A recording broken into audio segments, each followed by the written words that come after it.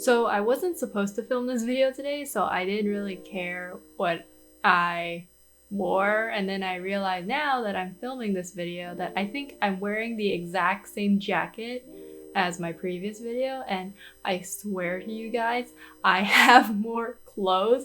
I just really like wearing this jacket. It's really comfy, so don't judge me for always wearing this jacket in my videos, okay? Hey guys, welcome back to my channel. For those of you guys who are new, my name is Natalie and I run a stationery shop called DoodlesnTea.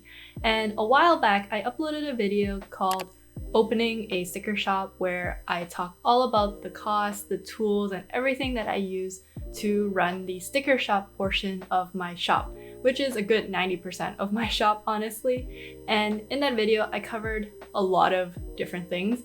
And when you look at everything added up, it's a lot of money. So today I wanted to share with you guys some of my go-to top tips for saving money. And this can apply to anything in life. It doesn't have to be just for your shop. It's just that on this channel, we focus more on running a shop. But again, these tips are applicable for anything in life that revolves around saving money. Now, some of you are probably watching this going like, what do you know about saving money? Like, you already save a lot from living at home with your parents. And while that may be true, there was a time period in my life that I lived alone or away from home for 5 years for university. And that's where I implemented a lot of these tips, and I brought over those habits to my lifestyle now, and I use those to continue saving money. It doesn't matter how much money you earn if you don't know how to save. A lot of people talk about if you want to save more, then get a higher paying job. But I feel like unless you build those habits on budgeting and saving money,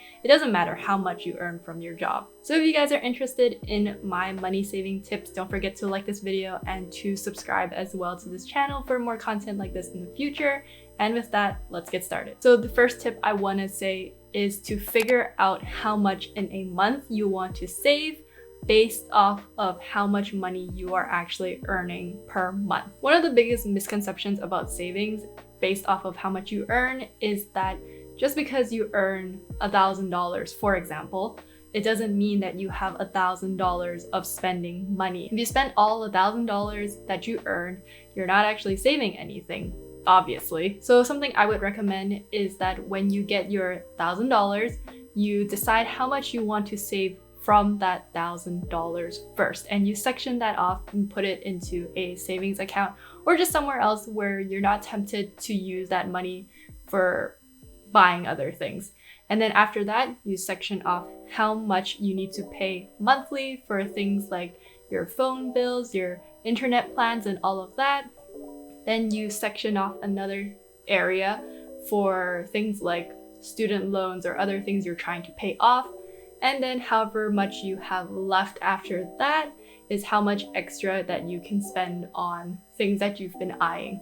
That way you would have paid off everything that you need to for that month and every month, and you can section off a tiny bit of money for your hobbies that you want to invest in, and you're still saving some money from your income every month. And over time, that will start adding up and you will start seeing a difference. The second tip is to write down how much you are spending.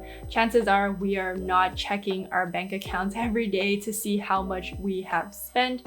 So writing it down gives you a nice visual of how much you are actually spending. I would have a notebook where I would write down everything that I was spending, whether it was food from eating out, groceries, school supplies, and all of that. I would write it all down, and because I am a visual learner, seeing the numbers add up over time was probably the biggest change in my spending habits. Nowadays, we always probably pay with debit cards or credit cards, and when you mindlessly tap your card every time you pay, you're not actually aware of how much money you're spending, and since you don't check your statements every day, you don't actually know how much you're spending. So that's why I would recommend writing it down so you could visually see how much you're spending. My third tip is to not eat out so much.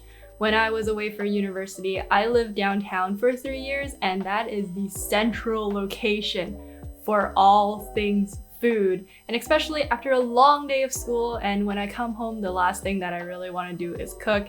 And it's just so easy to go buy food for dinner or for lunch. However, because of this, I ended up spending so much money on food. Like, it was actually ridiculous.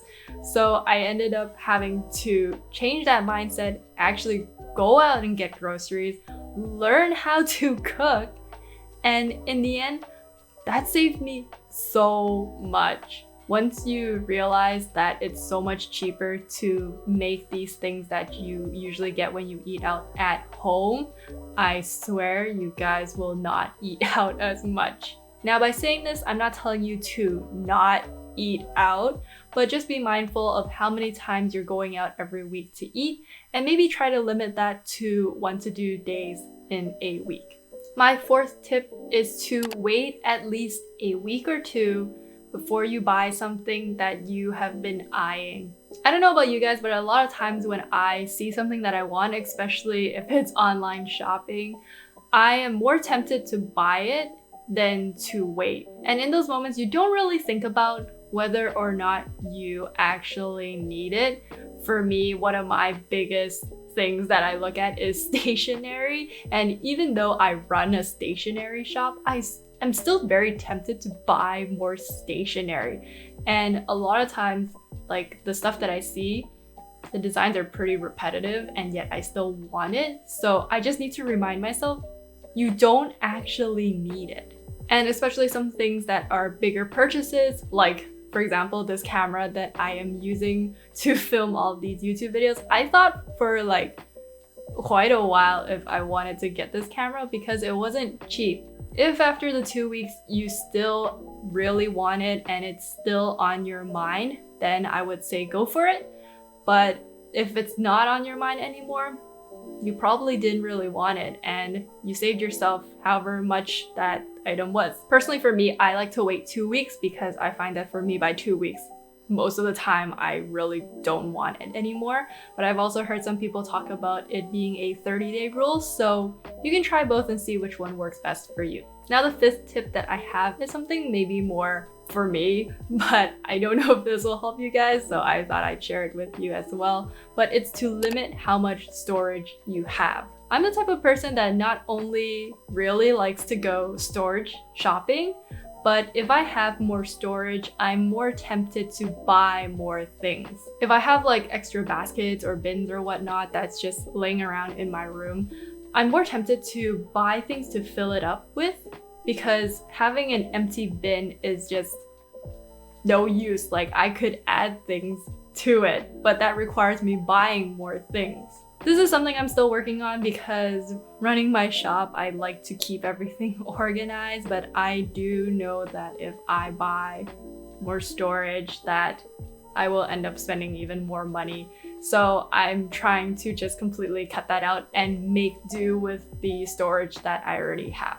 And those are all of my money saving tips for now. I feel like quarantine has taught me a lot about my own spendings and saving habits, because since I can't go out to stores to physically see items, I realized that a lot of things that I want, I just end up never getting because I just forget about them. So maybe this is kind of your lifestyle that you guys haven't figured out yet. So I hope some of these tips in this video will help you with your money saving journey. If you guys haven't already, liked this video and subscribed to this channel, don't forget to do so, and leave in the comments if you guys have any video ideas as well. I would love to take any suggestions that you guys have. But yeah, that's it for this video. I hope you guys enjoyed, and I will see you guys in the next one. Bye.